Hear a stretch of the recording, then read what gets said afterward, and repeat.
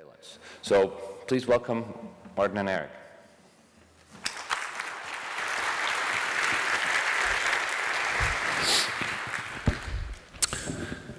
So we're going to introduce, well, I'm going to introduce this topic somewhat obliquely. I'm going to go back to the panel session that I was involved in yesterday, where we were talking about the Agile Manifesto, how it came about, where it goes, that kind of thing. And something I didn't talk about during that session, which was my biggest disappointment with how the Agile movement has gone since we wrote the manifesto. Now, one of the good things about the Agile movement is that before the Agile movement began, we had this world where we would try and take some big block of documentation representing a year or 2 years of work and try to turn it into software in kind of one go. And what the Agile movement has done is said, well, we can break down that big block of software into individual little pieces that we call stories, and we can build the software story at a time. This incrementalism is a good thing, and it leads to lots of useful benefits. We can see where we're going, we're able to change direction, etc., etc., etc. But this model, which is now kind of pretty common, still has a big problem in it from my agilist hopeful perspective. And that problem is the direction of this arrow. It's still perceived by many people that these stories, these requirements, whatever you call them, they're developed by business people or by analysts, and they are given to programmers who then code them up. And that is not what we had in mind at all.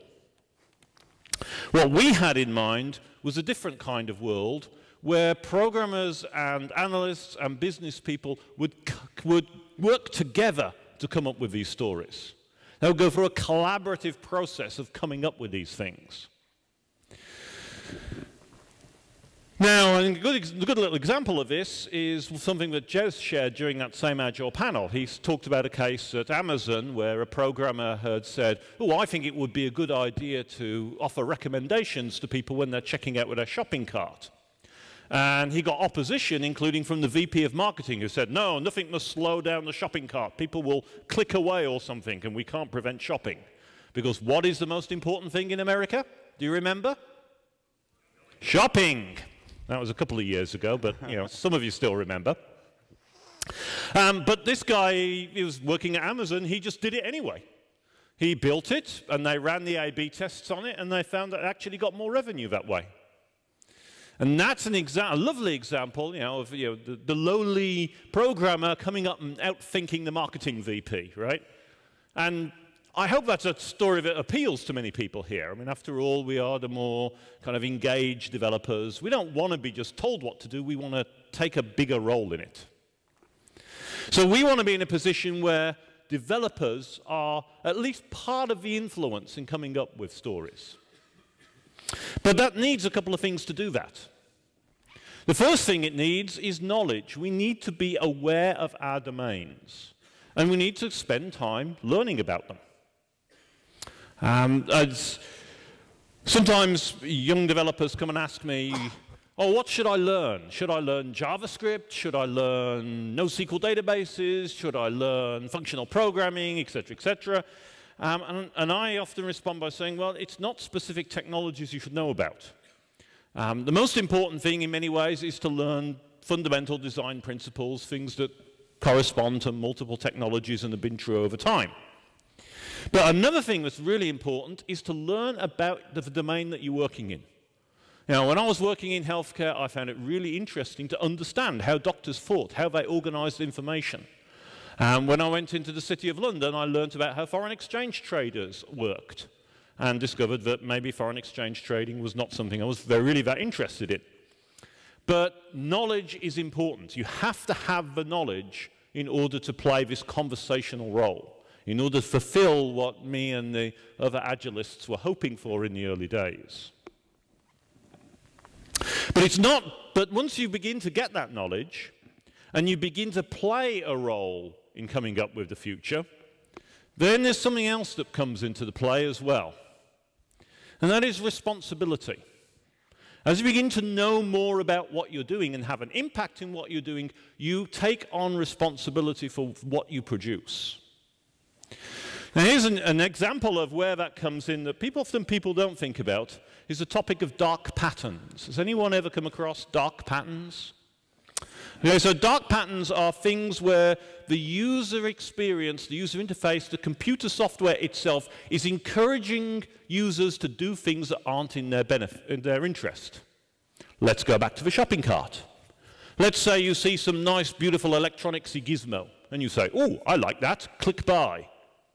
And then the software decides, oh, we'll slip in, for a small extra fee, some extra insurance on that. It doesn't ask you. It puts it in the shopping cart on your behalf. You might be able to see it and think about it and think, oh, could I reject it later on? But it decided to put it in there for you. There are other examples of that as well. One example is printer cartridges. You've probably seen that now, that the same printer cartridge on a Windows computer, at some point, it counts the pages it has printed. And at some count, it will just say the cartridge is empty and will not let you print. If you install or put the same computer and run it with Linux attached to printer, the Linux drivers will let you print and print and print until the ink is actually completely empty. So what we see there is there's this other dark pattern where the developers who wrote the printer driver for Windows implemented a feature that was maybe in the interest of their employer, but not in the interest of the users of the product. And the point is that as you gain this knowledge, you take on this responsibility. If we want to play a role in shaping how the software we produce affects, we have to take that responsibility. And my view is the developer who wrote that code for the printer cartridge, who said it's running out of ink when it isn't, they're every bit as responsible for the consequences of that as the person who told them to do it. It's not enough to just say, oh, I was told to do this, I'm not responsible. You have a choice. And you have a choice as to how you work and how you live, and you have the responsibility to ensure that your users are well treated and to reject dark patterns and say instead, I should be an advocate for my users. And I guess sometimes you get developers saying, but I need a job. My boss made me do it. And we come back to that later. But an important point that I want to raise early on is we are incredibly privileged as people who work in the software industry in the Western world. We all earn above average money, and generally it is quite easy for all of us to find new jobs. So I think it is actually quite a weak excuse, I would almost say, to say I had to do it because I need to earn money. By the way, the reason I walk forwards like this when he's speaking is because there's a terrible echo back there. And if you're further back, it's almost impossible to hear what the other person's saying. So you have to kind of walk to the edge of the stage, and then you can hear properly. You're probably having that same trouble with me, right? Yeah. I remember what you said in Copenhagen, so... So we've talked about this in terms of, we've thought about this in terms of the common interactions that we see in software development. We have users that have needs. We have some analyst who may be a programmer or maybe a separate business analyst who looks at those needs, turns them into intents, basically, packages them as stories, passes them to the programmer who writes the code, and we want that to be a more collaborative circle, where it's not so directional, but all are kind of working together. But when we think of this notion that we are responsible for what that software is doing, we should also be thinking, well, the responsibility doesn't just go as far as, are we doing the right thing by our users? It also means, are we doing the right thing in terms of the world itself? That is, it's important for us to make a judgment on the impact of, is the work that I'm doing as a software developer actually doing good for the world? Now, when I say doing good for the world, it's easy to get kind of very highfalutin about this and think, oh, the only thing that would be doing good for the world would be helping hospitals in India or something. But I tend to not look at it that way. I look at it simply as, am I helping people provide services that are actually useful? An example for this, I gave a talk something along these lines a few years ago, and somebody came up to me afterwards and said, well, I don't really do anything that's good for the world, I just write printer software. And even before I could reply, the guy behind him piped up and says, but printer software is good I've just bought a house. I had to sign lots and lots of paperwork. It was really helpful for me to be able to print that paperwork out myself instead of what I otherwise would have had to do. So the point is, it doesn't mean something grand and magnificent, as it were. It's just the ordinary thing of saying, am I doing little things that are actually valuable? To go back to the finance case, if you're writing software that's helping people sell subprime mortgages that you know are a bad idea for the people that buy them, then by helping your users do their job better, are you really making the world better? Now, actually, I don't want to answer even that question, although I've kind of cast it in a way that sounds very obvious, because it's actually not important whether I or whether Erik thinks you're doing the right thing or the wrong thing by that. The important thing is that you make that thought for yourself. You think about that. You decide whether what you're doing is worthwhile or not, because what I do think is that you have to take responsibility for that choice. You are responsible for what your software does to the world. Now, I've talked about so far that in terms of individual cases, what happens for an individual bit of software. But there is a broader picture as well, which is we have a whole profession of people writing software, creating software, and doing enormous things to change the way in the world that we live in the process. And in doing that, we have to think about the total impact of what we as a profession do, and what impact it has upon the world. And I think there are a couple of grave challenges that our profession has at the moment.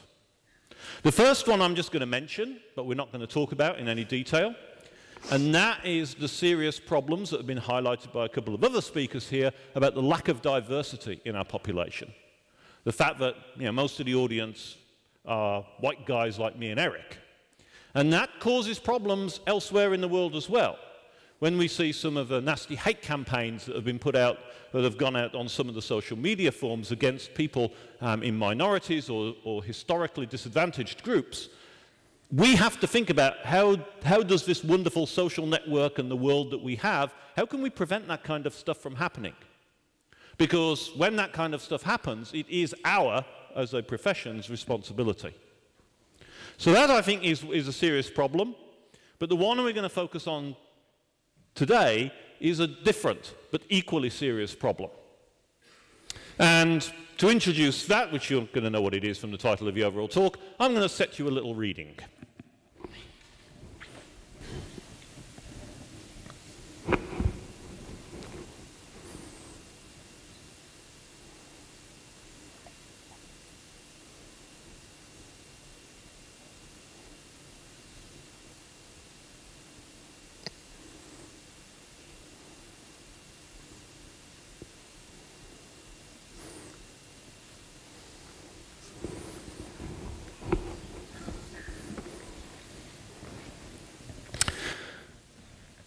This book is arguably the most important book written during the 20th century.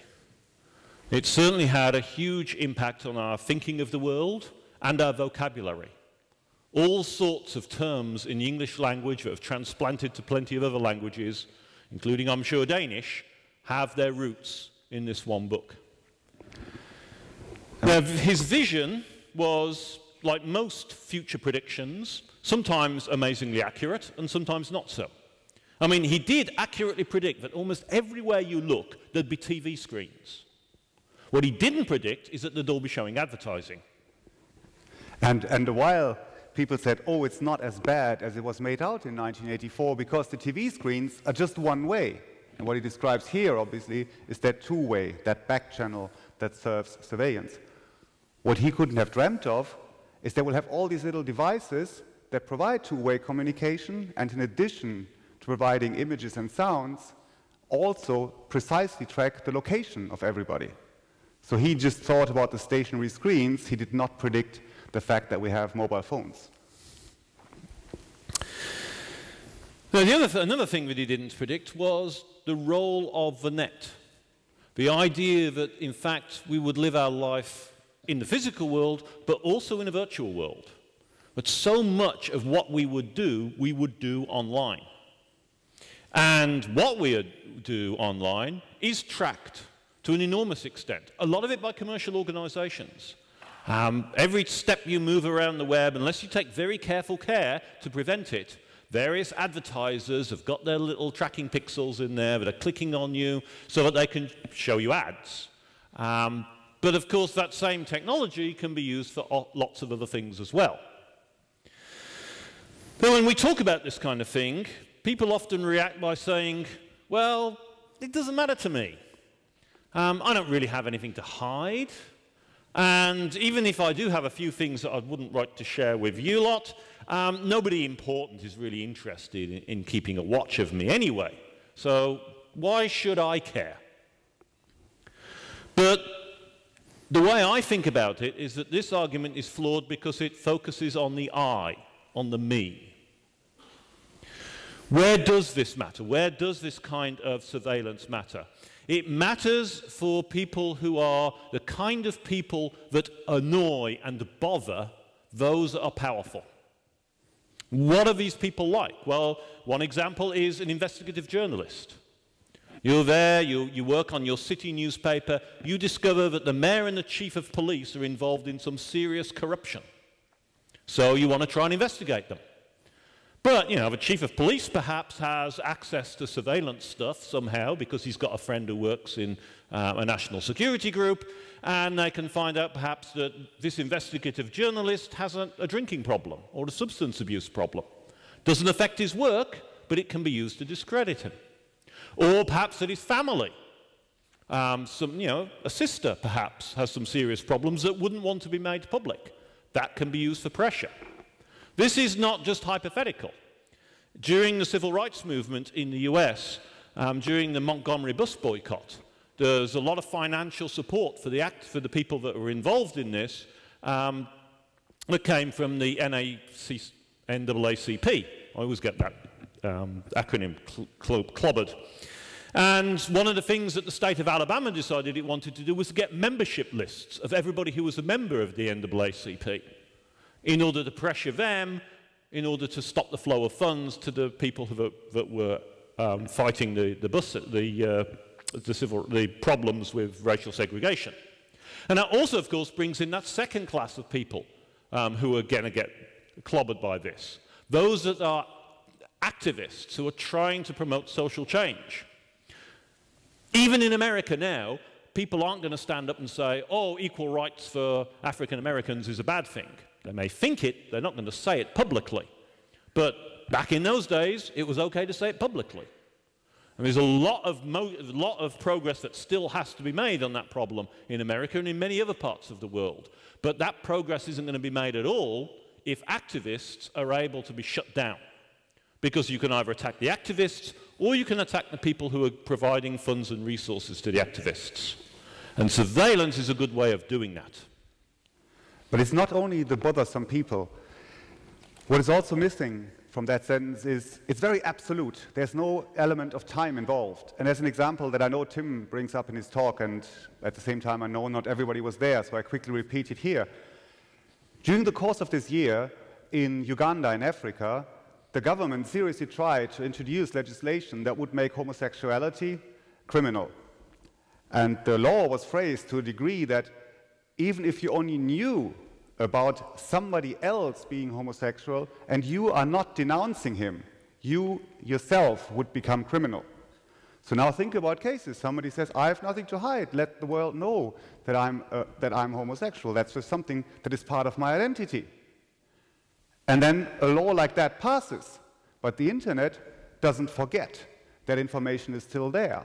So something that you felt you didn't have to hide today may very well be something that you may have to hide in 5 years' time. So the point really here is that even though we individually may not be in that situation, there are people that are, and those people in fact are essential to the operation of a free society. If we don't have investigative journalists rooting out corruption, how do we know whether to vote for how to vote to people?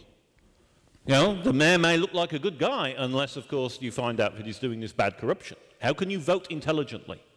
How can we take on the advantages of activism but of course so many changes in free societies over the last 100 years.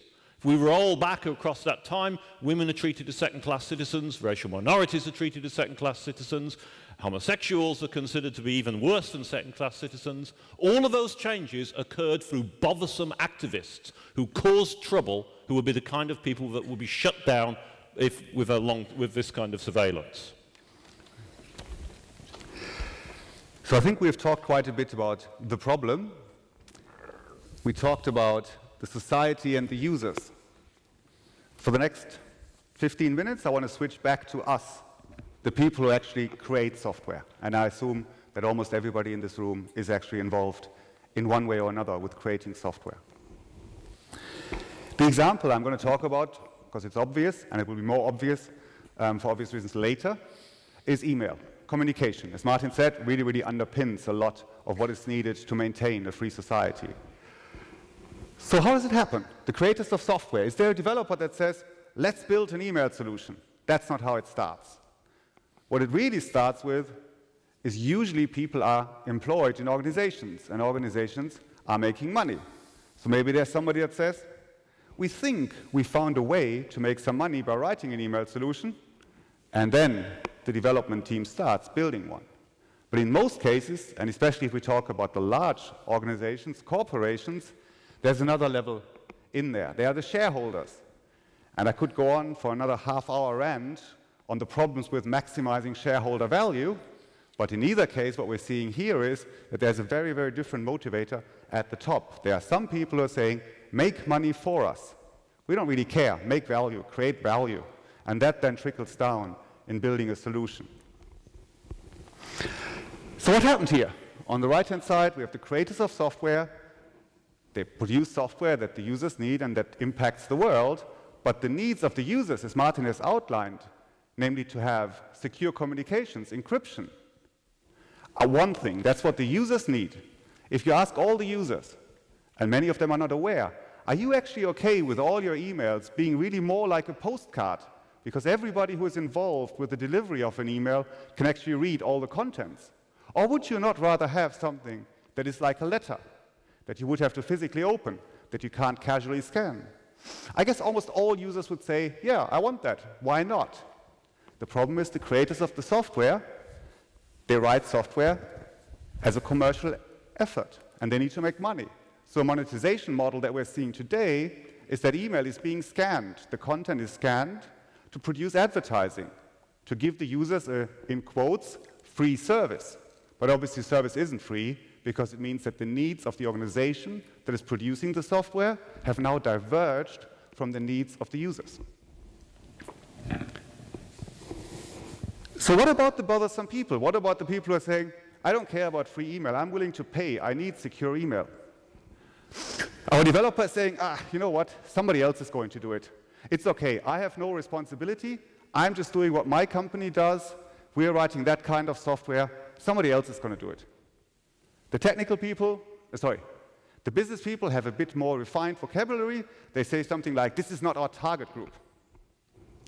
And then if you look at the stakeholders, they probably start talking about free markets, blah, blah, blah, niches, etc., etc. But in the end, what all of them are saying in different words is, it's not my problem. Even if they accept the fact that somebody needs that software, they say, I have no responsibility in this, I'm doing something different. So if we let this stand and say, okay, you guys are fine, they're free markets, somebody else will serve the niche, how do we get to secure email? It's actually quite hard to write an entire email solution from scratch. So basically what you need is collaboration. Most initial email clients were proprietary software. Not so easy to collaborate on. I'm thinking about Outlook, Mail app, Eudora for the guys and for the people in the audience. Remember that? And you could collaborate a little bit by writing plugins, and that is how some people use encryption today on their email. For a while, it looked really positive. We saw more and more open source software, and this means collaboration was getting easier. Something like Thunderbird. People could really collaborate on writing an email client for all the people who were in the niche, the bothersome people. Unfortunately, what has happened recently is a trend that really, really reverses all of this. We see this big trend to software as a service, to solutions that are running on servers that are operated by somebody else, webmail.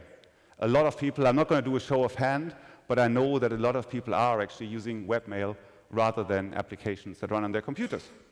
There are a variety of reasons, but I really want to talk about the impact that that has.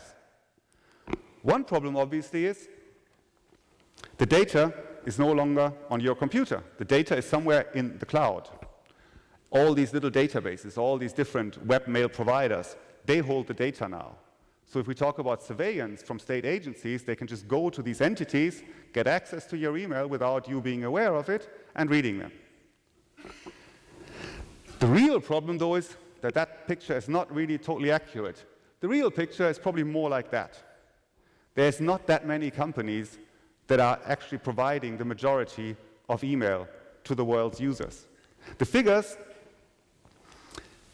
are hard to get because everybody's measuring something else. So we did some research internally, we got varying figures. So what I'm going to present now is one set of figures that are somewhere on the average. If you do research, you may come up with slightly different figures. Just take it as a ballpark.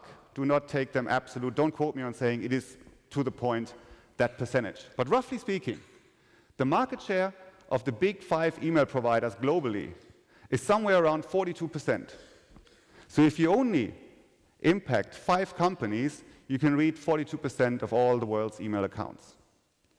It gets actually much worse when you start to look into countries. I'm from Germany. The figures in Germany are like this.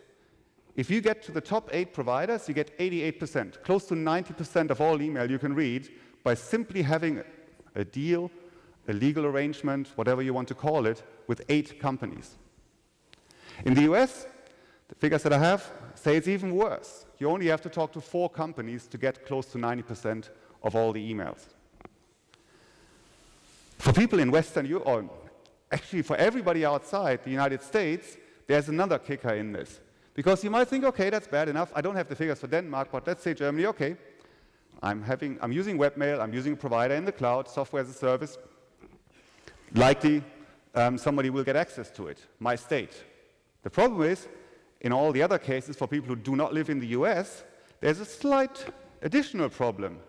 Namely, that at the moment, the US government is claiming that they own, or they can request access to data from a US company, even if the data is owned by somebody outside the US and is processed entirely outside the United States. I'm not sure, you can probably read that, right? The Obama administration contends that companies with operations in the US must comply with warrants for data, even if stored abroad. Of course, the big companies fight this tooth and nail. And Microsoft is going through all the revisions in court. Google is watching this quite closely.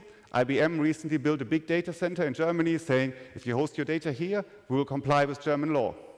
So this is really followed. The article here, it's no date, 3rd of September. So this is a story that is unfolding at the moment. But the current thinking, the current position of the United States government is, if it is a US company, no matter who owns the data, where it is stored, we can demand access. So you don't only have your own government that can talk to the companies, you also get the US government that can look at your data. Well, I personally think this will get sorted out. I mean, the US legislators and government, they know who pays their campaign efforts, so, you know, things will get happen. But the worrying thing is that they even thought that this was a good idea in the first place. That's a good point. So, but even if you say, okay, I have nothing to hide, just look at me. I think that's just really the wrong way of thinking about it. I think through some way that I don't exactly understand, we've come to the point where we almost are trained to think privacy is a special need. The default is total transparency, and I put this do not disturb sign on as a kind of token, but in the end, the default is everybody can observe everything. And I have to fight to not, or to have my privacy. Tim had a really, really nice example in his talk. Privacy is the default. Privacy is something that we have achieved through civilization. That is something good, and that should be the default. The surveillance is the opposite. The tracking should be something that is out of the norm. But let's assume for a moment it actually were a special need. Let's follow that train of thought. You still have the problem of the bothersome people. So if we all say, I don't care, I have nothing to hide, I can continue writing my email in plain text, and the bothersome people, they will actually write their email encrypted, so they are safe, aren't they? The problem is, mass surveillance works really well, there's Bayesian filters and all sorts of things. As part of the Snowden revelation, it has become known that I think it was GCHQ, the UK spying agency, is keeping all emails that are encrypted indefinitely. Other email is just kept for a while, but encrypted email, even though they cannot read it, and it's an important point, the basics, the fundamental encryption hasn't been broken, that's relatively safe. But they keep it nonetheless because it's suspicious anyway. So this Erik guy sends an encrypted email to Martin. Let's keep it. Maybe there's something in there. Maybe in 10 years we have the compute power to actually decrypt those emails. So what's happening is that merely by using secure transport, you're making yourself suspicious. So again, you're out of the norm. There's something wrong with having that level of privacy. And the people who are saying I have nothing to hide actually make the problem worse because they make the other people really stand out. And I want you to read another quote that explains what other serious problem is involved in that regard.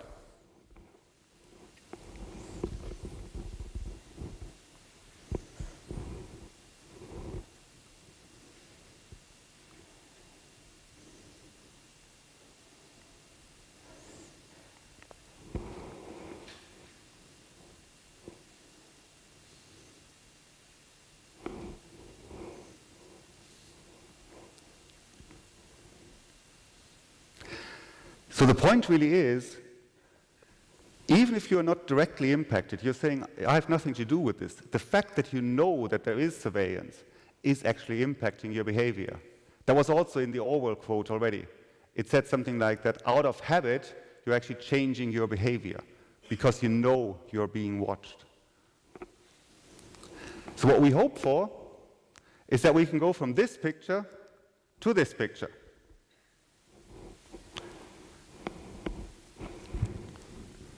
Not everybody even has to hide or encrypt all their emails, but in that picture, there's probably two bothersome emails, people by bothersome people that really, really need a special degree of privacy. And it's also quite good to hear Tim Bray talk about the fact that privacy is more a dial. It's not binary. It's not either total privacy or no privacy. It's a bit of a dial. But the people who require a stronger level of privacy, they don't stand out anymore. Because people, this slide deck we emailed back and forth over encrypted email. It didn't really need protection. We're doing this publicly, it's being recorded on video, and it's going to be downloadable. But the whole point was we're just making it the default. We're making it the default that privacy is there, and thus make it less obvious who targets are. And it raises the cost of surveillance. If they've only got to decrypt a small amount of email, then they can put the efforts on that and they have their target. But if lots and lots of people are encrypting their email, then they've got to decrypt all of it because they don't otherwise know, and as a result, they're less able to actually do the kinds of surveillance that concerns us. And that allows the bothersome people to be more protected. And then there's the other problem as well with all the algorithms that I talked about that can find the email. The problem of false positives. So oftentimes people are saying, oh, we need to scan all the emails to find the terrorists. If my research is right, there's about 5.6 million people who live in Denmark. If you have a test that is 99.9% accurate, it'll identify how many? 5,000 people as terrorists. I don't think there are 5,000 terrorists. It's probably the smallest number of people of the 5,000 are actually really somebody that has something to hide. So the problem is, even if you don't have something to hide, you might still be identified as a false positive. The vast majority of all communication that will be identified as dangerous or something that needs further follow-up, the vast majority are going to be false positives.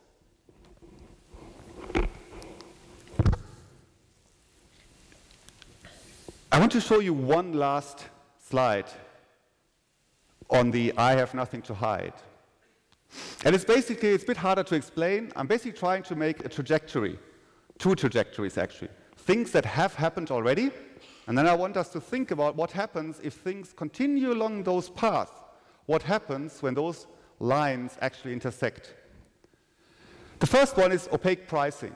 I guess many of you are aware of the practice, and it's something that a lot of industries are doing these days. I think almost everybody who is booking travel, for example, flights or hotel rooms, does not necessarily expect that the price is always going to be the same. If I book a hotel room in the hotel that I'm staying in here in Aarhus, in May, it's going to be a different price in June. And maybe I get a different price because I'm a member of some program or not than Martin, who might be a member of another program. Or maybe I get a different price because I book through a website or not the hotel website.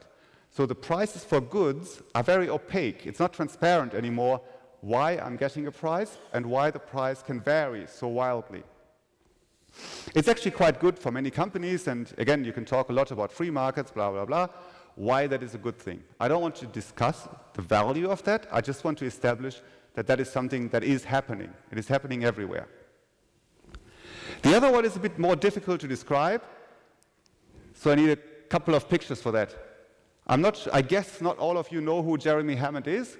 Jeremy Hammond is a hacker in the press sense, somebody who infiltrates computer systems and gets information out. What he did, among other things, he hacked this company, Stratfor. It's a private intelligence company in the US. And Jeremy Hammond was caught and actually sentenced to 10 years in prison for hacking those websites. It's another side story. The important thing, he published via WikiLeaks a lot of the emails he got from Stratfor. And that's the example I want to show you today. This organization, most of you are probably aware of, PETA. It's an animal rights organization. It's an organization that really wants to ensure that animals are treated with dignity. It's not really, by any stretch of imagination, I would say, a terrorist organization, something that is going to do something really bad to society. Nonetheless, they were under surveillance, and the interesting thing is, this email was a request by Coca-Cola, somewhat in the context of the Olympics in Vancouver, to get some dirt, some bad information about PETA. I'll let you read that for a second.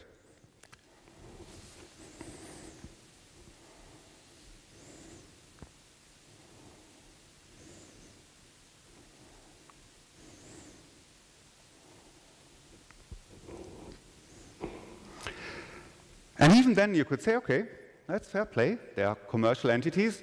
PETA is an NGO. Nonetheless, they are a public organization. Coca-Cola is an organization. They have every right to ask another private organization like Stratfor to do some research. It's nothing else than a private detective. I mean, in a very, very positive way of looking at it. But nonetheless, you could say there's nothing wrong with that picture. Where I think it really veers completely off tracks is when we look at the response. And the actual email, the response email, is not in there, but it is quoted at the bottom, and you can see that the same woman who sent the email includes this. And this guy, Frank Burton, he's actually Stratfor's vice president for intelligence. And what he's saying is, he says, the FBI has a classified investigation on PETA operatives. I'll see what I can uncover. So the point here is that somebody who works for a private intelligence company, like a detective in layman's terms, actually knows about a private classified police investigation. That he knows about it is quite bad already, I think, but the fact that he's confident that he can get further information about that operation, I think that is really the scary part. So what I think that basically means is that what we will see in the future, and that's my second trajectory, we'll see seeping of protected data into the commercial sector. So a lot of times when people say, oh, this mass surveillance, it's not so bad, it's only the state that is collecting the data, the state is acting responsibly, we have legislation, this is being monitored and guarded, I think that's actually quite impossible to guarantee. There's lots of people who work in the intelligence community. The number of people in the United States who have top secret access is staggering. It's like hundreds of thousands of people who have that access. And if only 1% of these people are crooks, 1% of these people have an axe to grind, they can easily leak a lot of data into the private sector. So I think it is pretty much a given that data that is being collected by state agencies will find its way into the private sector. And now put that together with opaque pricing.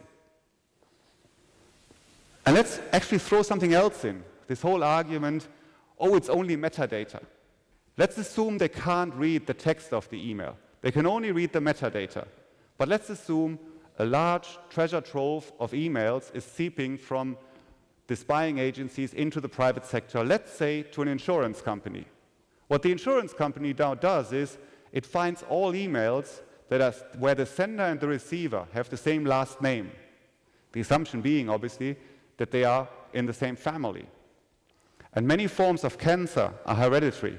So that means if, for example, the subject line of that email contains references to a cancer treatment, they can say in that family there's probably a risk that people will be diagnosed with cancer at some part in their life. And what then happens is, because of opaque pricing, the people don't actually even recognize what's happening because the insurance company is raising the premium. They have now information that's totally opaque. They don't tell you that. They don't tell anybody that. But what they basically do is they say, okay, based on the metadata only, our filters and our analytical big data models have determined that family is at risk of cancer, so 5% on the premiums, and nobody can compare it. Makes sense? You could ask, okay, that's pretty depressing. Maybe I actually have something to hide, or maybe I really don't like all that information to be out there. And you, Martin and Erik, you're talking about it. Are you doing anything about it? And we're trying. We've started a little less than a year ago with our own contribution. And that is called Pixelated. It is an open source email solution. We're working on it. A couple of weeks ago, we have made the source code that we have so far available on GitHub. At this stage, it is not in a form that allows you to actually use it productively every day. But our hope is, through announcing this project, finding more collaborators and bringing that forward and creating an open source email solution that can be used by many people. And that will, one of the key things, of course, include encrypting email. What we are not going to do is we are not going to host this. Because as an American, ThoughtWorks is ultimately a US-American company. As a US-American company, we are quite aware of the implications of hosting this ourselves. So what we also pay particular attention to are puppet scripts and other ways of actually setting up the servers, so that many, many more organizations can once again install email servers in their own organization and do not have to use a webmail solution that puts them at risk of surveillance. So the encryption and the decentralized operation are the two key things that we're looking at with this. This is our contribution. I'm not saying that that will definitely work out. I am, however, quite hopeful. This talk is not about this product, and it's not ready to be used yet, but I do want to mention it, because there's an interesting thing in there, and that comes to our role, again, as software engineers. You may think, okay, great, some people are doing something about it, but I can't participate, because I'm not an expert on cryptography. What we've actually learned in the progress of doing this is cryptography was actually a smaller problem. All the encryption libraries actually, to varying degrees, but in general, work pretty well. The actual underlying encryption has not been broken. So crypto was not the hard problem for us. It was something that we needed to do a little bit of research on, but use it. But what is the hard problem is the user experience, to get that right. And that is something that as a company, we actually do quite well. We've honed that skill with many, many client projects, and we actually understand user experience. So what I'm trying to say here is, if you think I have nothing to contribute, maybe think again. Maybe you do have something to contribute to those solutions, because the actual hard parts are not the parts that really need a lot of work at the moment. What was also interesting or important, though, for us was the choice of license. We're all great fans of open source software and sharing, and the majority and the default, if you ask our legal team, is always use the Apache 2 license, because it is actually pretty safe as somebody who gives out the software, but it is also enabling a lot of people to use the software. What we have chosen for this project, though, is the AGPL. Even the GNU public license, which is more viral, we didn't feel was sufficient for our needs. The GPL, of course, means if you make a modification to the source code, then distribute the software, you also have to distribute the new source code. What we're building here, though, is software that we're expecting organizations will use to host email solutions. Problem is, the organization will make a change, but they're never distributing the software because they're running it on their servers. It's a software as a service model, obviously.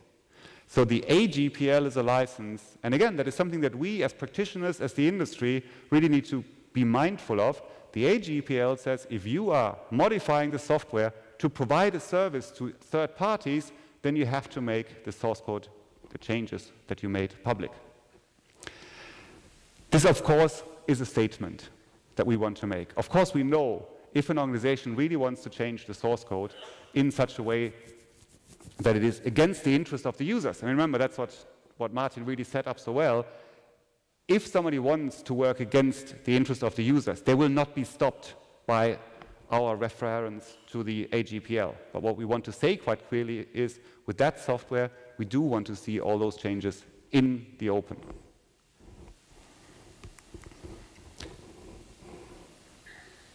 Having spent time talking about email solutions, I quickly want to come back to us, to all the developers in the room, and to summarize basically what the key question is that is underlying what we've been talking about. Let's assume you have those two people who are writing software, and they have done some market research, and they have found 3 ways that they could write software, and there's various amounts or varying amounts of money to be made, from a lot of dollars on the left-hand side to some dollars on the right-hand side. Rightly so, they may chase the big dollars. But what can happen is, in the process of doing so, they uncover that there's one of those dark patterns, that to actually achieve that business model that would give them the maximum financial gain, they would have to implement some dark patterns. And this is exactly the point where we believe it is our responsibility as the creators of software to be responsible for the choice we make then. It is very possible to say, I don't care, let's just plow through. I implement the dark pattern, I get maximum money. The alternative, obviously, is to say, no, I'm not going to do this. Oops. I'm not going to do this, but that, of course, means you will not reach the solution with the highest gain. You will end up somewhere there. And in the end, Martin started with the Agile Manifesto. I'm not as good a wordsmith, but I tried my hand, and I tried to summarize it with a statement that works in the same way as the Agile Manifesto. And I'm saying, being responsible over maximizing gain doesn't mean that we shouldn't look at maximizing gain financially or whatever for our companies or organizations. But when it comes to the crunch, then we have to ask the question, do we need to be responsible first and then maximize the financial gain, or do we maximize the financial gain and just don't care? And as a final thought, sort of what is it that you can do? I hope some ideas have come from this. At one level, if you're interested in taking part in open source projects, look for some of those projects that are trying to do things that will increase the degree of privacy on the net. Pixelated is one example. I'm sure there's plenty of other stuff going on. And remember, it's not hardcore crypto programming skills that are the only ones required. A lot of it is very simple things like user experience, like ensuring that there's documentation. Plenty of stuff that is kind of regular work that can be done to achieve that. If you don't want to contribute that way, you also contribute simply by using these tools. By saying to yourself, yep, but maybe I will use an encrypted email approach, and start getting into the habit of using encrypted email. By doing that and increasing the proportion of email that's encrypted on the net, it makes it harder for mass surveillance to take hold. And of course, that's not just true of email, it's true of other things. Tim Bray in his talk said, try and make sure all the websites are HTTPS to ensure, again, the amount of encrypted traffic goes up a good way as a result of that. And I know I'm guilty of that one as well. I've got to get round to doing that with my site. I'll tell my web development team when I get home to do that. It's a bit weird when I talk to myself, but I'm weird anyway. And not just use it yourself, but educate the people around you. Your family, your friends. Get them understanding what these kinds of issues are about. help them perhaps to use encrypted email themselves. It is, in the end, a lot of people get very depressed when we talk about this kind of stuff, and when we look at this stuff, it can easily get pretty depressing. I mean, you think to yourself, oh, how can we resist this whole flood of stuff that's going on? But when you look at history, you can cheer up a bit. I mean, there are a whole load of big movements that looked kind of impossible. I mean, you go back 100+ years, and the way in which women were treated as second-class citizens, denied the vote, often denied the ability to hold property. Over time, and it took many decades to pull it off, but the vote has been obtained. Steps and steps and steps. There's still a journey to go. It's no way that women are still equal, even in the Western world, but substantial changes over that time. And it happened because a lot of people made the effort to do so. It's not going to be easy. It's not going to be quick. But the only guarantee that's out there is that if we do nothing, then bad things will certainly happen. And just one last remark to this. When it comes to mass surveillance, this is on us as a profession, on us technologists. It is actually quite bad that we implemented email solutions that were so naive, I would say, that transmitted everything in plain text, that we created a protocol in the form of HTTP without transport layer security that allows everybody in this room to look what everybody else is doing on the web. We as technologists have often taken the easy way out. We've just implemented the first thing that works, never mind looking for security, and shipped it. And then we blame the users, and we tell the users, yeah, you have to install that plugin, and you have to do this really complicated fingerprint comparison if you want to send an encrypted email, and we then bore them at length with the differences about RSA keys and DSA keys, and the normal user would just say, I don't care about this. You fix the problem. We just really, really need to make sure that we as a profession, when it comes to mass surveillance, are the ones who can make the difference. We need to make all these countermeasures, encrypted email, transport layer security, we need to make that so easy to use that normal users don't need to do anything special. They just keep using the software and we make it more secure. We cannot ask the users to jump through some hoops. And with that? Yep, it is our responsibility, our choice. Thank you. Thank you for listening.